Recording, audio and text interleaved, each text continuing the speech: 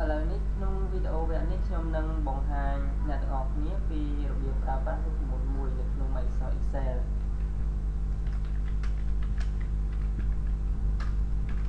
គឺរូបមន្ត if សម្រាប់ដាក់លក្ខខណ្ឌ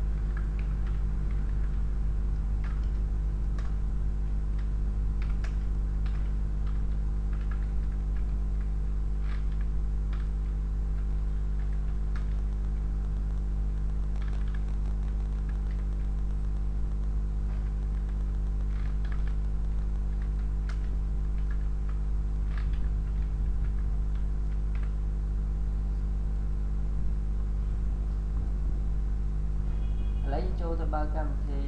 Microsoft Excel ទាំងអស់គ្នារួចហើយសូមបញ្ចូលដូចខ្ញុំមកនេះគឺមានលេខរៀងមានមុខជាខ្មែរគណិតរូបហើយនិងគីមីហើយសូមដាក់បន្ទូរបស់វាទាំងអស់គ្នាបន្ទូទៅតាមមុខវិជ្ជានីមួយៗឲ្យបន្ទូសរុបរបស់វាចំនួន100ដូចគ្នាមានន័យថា100លើ100ហើយសូមចូលខ្លួនឯងមកបន្តមកនេះគឺជាផលបូកបន្ទូសរុបយើងបានបង្ហាញពីវីដេអូវគ្គមុនហើយចំណែកនេះជាមធ្យមភាពមានថាមធ្យមភាពចាប់ពីមុខវិជ្ជាខ្មែរដល់មុខវិជ្ជាគីមីមុខវិជ្ជាហ្នឹងយើងក៏បានបង្ហាញនៅវីដេអូវគ្គមុនដែរបើអ្នកមិនទាន់បានទស្សនាសូមស្វែងរកទាំងអស់គ្នានៅក្នុងវីដេអូនេះខ្ញុំនឹងបង្ហាញវាឲ្យលោកអ្នកបានធ្វើហើយអ្នកនឹងអាចចេះឥឡូវក្នុងវីដេអូវគ្គនេះខ្ញុំនឹងបង្ហាញពីការប្រើប្រាស់រូបមន្ត if ចឹងរូបមន្ត if ហ្នឹងគឺជារូបមន្តសម្រាប់ដាក់លក្ខខណ្ឌមិនគឺលក្ខខណ្ឌនៅក្នុងនេះយើងចង់ដឹងថាតើលេខរៀងទី1ទី2ទី3រហូតដល់លេខរៀងទី9ហ្នឹងតើអ្នកណាខ្លះជាប់អ្នកណាខ្លះធ្លាក់ចឹងយើងសូមបញ្ចូលស្មើ if ដល់ចូល if ហ្នឹងបើបកប្រែមកជាភាសាខ្មែរមានន័យថាប្រសិនបើចឹងប្រសិនបើយើងពិនិត្យលើ column ដែលយើងដាក់ហ្នឹងគឺ column ដែលយើងគិតទៅលើមធ្យមភាព column G arrow 2មានថា G2 ប្រសិនបើ G2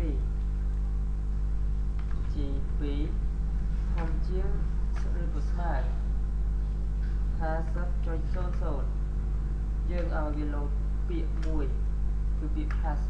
ហ្នឹងជាភាសាអង់គ្លេសតែបកប្រែជាភាសាខ្មែរវិញមានន័យថាជាប់បើមិនចឹងទេពាក្យមួយដាក់ក្នុង contract វិញឲ្យលោតពាក្យបើមិនធំជាងឬស្មើ 50.00 ទេឲ្យវាលោតពាក្យ fail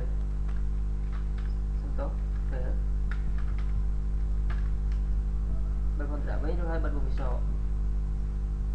យើងដឹងមកហើយថាការរកមធ្យមភាពចឹងមធ្យមភាពនេះគឺយើងគិតទៅលើជាប់ធ្លាក់ទៅតាមចំនួនដែលគេកំណត់មានន័យថា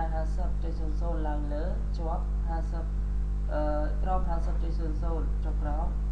ធ្លាក់អញ្ចឹងយើងចូលរូបមន្តទៅតាមការជាក់ស្ដែងអ្វីដែលយើងឲ្យនេះមានថាប្រសិនបើ G2 នេះធំជាងឬស្មើ 50.00 យើងឲ្យវាលោតពាក្យថា pass ចំណែកឯខុសពីធំជាងឬស្មើ 50.00 នោះឲ្យវាលោតពាក្យថា fail ចឹងយើងសូមមើលទាំងអស់គ្នាតើលេខរៀងណាខ្លះដែលទទួលបានមធ្យមភាពជាប់និងធ្លាក់នេះមធ្យមភាពលេខរៀងទី1ជាប់ឥឡូវយើងចង់ដឹងមធ្យមភាពផ្សេងៗទៀតយើងគ្រាន់តែដាក់ម៉ៅរបស់យើងចំជ្រុងផ្នែកខាងស្ដាំខាងក្រោមវានេះឲ្យជាសញ្ញាមុខទាញមកវារត់ដោយអូតូរបស់វានេះគឺធ្លាក់ម្នាក់អញ្ចឹងយើងទៅមើលមធ្យមភាពរបស់វាទាំងអស់គ្នាគឺ 47.75 47.75 ចឹងមានថាធ្លាក់